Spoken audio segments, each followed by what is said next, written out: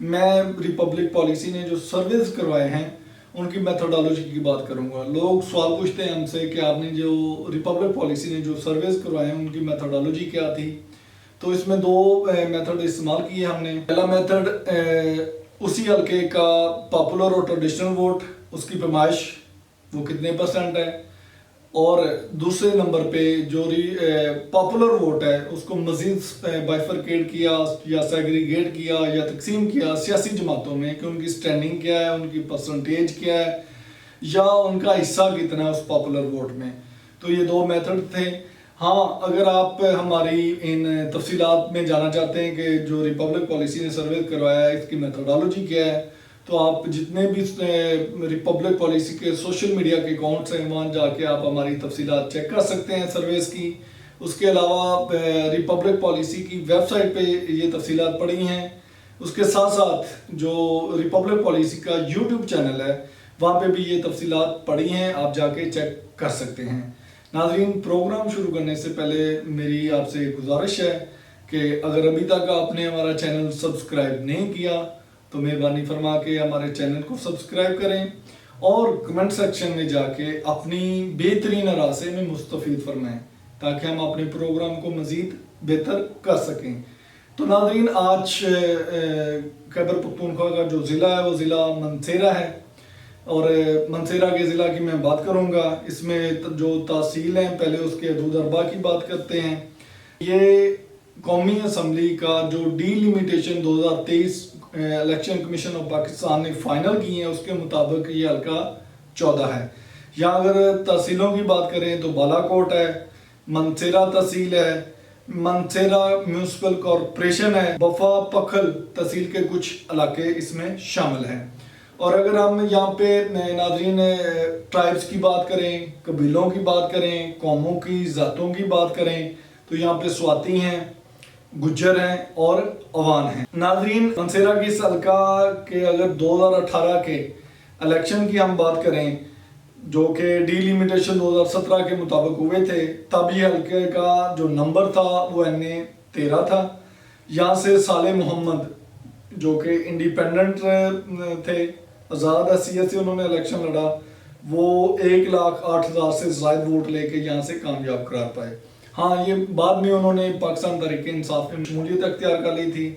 دوسرے نمبر پہ آنے والے سردار شاہ جہاں یوسف تھے جو کہ پاکستان مسلم لیگ نون کے امیدوار تھے، انہوں نے 1,07,000 سے زائد ووٹ لیے.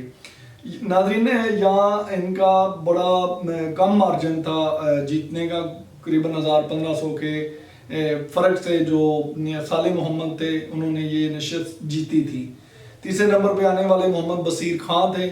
یہ متحدہ مجلس عمل کے پلیٹ فارم سے انہوں نے الیکشن لڑا اور انہوں نے 19,000 سے زائد ووٹ حاصل کیے. ناظرین، یہ حلقہ جو ہے، جو میں نے پہلے بات کی کہ یہ 2018 کے الیکشن کے مطابق ہے، آپ کو بتانا ضروری سمجھتا ہوں کہ 2018 میں قومی اسمبلی کے جو حلقے تھے وہ 272 تھے، جن میں سے الیکشن کمیشن نے 6 حلقے کم کر دیے. اب ٹوٹل جو قومی اسمبلی کے حلقے ہیں وہ 266 ہیں. اگر ہم منسیرہ ضلع کے اس حلقے کی، قومی اسمبلی کے حلقے کی بات کریں پاپولر ووٹ کی تو وہ 50% ہے، اور اسی طرح اگر ٹریڈیشنل ووٹ کی بات کریں تو وہ بھی 50% ہے. ٹریڈیشنل ووٹ ناظرین دڑا بندیوں کا ووٹ ہوتا ہے، برادریوں کا ووٹ ہوتا ہے. اب جو 50% اس کا پاپولر ووٹ ہے، اگر اس کو مزید بائفرکیٹ کریں، سیگریگیٹ کریں، تقسیم کریں سیاسی جماعتوں میں کہ کون سی جماعت کا کتنا حصہ ہے، کہاں پہ سٹینڈ کرتی ہے، تو یہاں پہ بھی پاکستان تحریک انصاف 51% کے ساتھ پہلے نمبر پہ ہے.